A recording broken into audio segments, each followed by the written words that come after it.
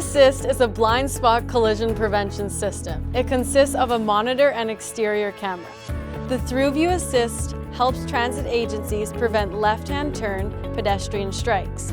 The in-cab monitor is mounted on the A-pillar that displays a clear, high-resolution view of what is present beyond the pillar. Today we have Don here from our transit sales team. Don, how does ThruView Assist work? There's a camera mount on the outside of the vehicle, and that views the area blocked by the pillar.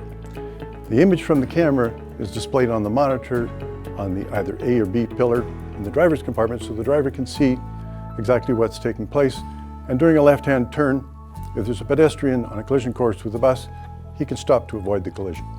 And what are the benefits of having ThruView Assist in your fleet?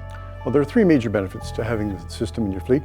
The first is to increase driver visibility and vehicle operation. The second is to reduce agency risk in the event of a collision. And the third is to increase pedestrian safety. Thank you.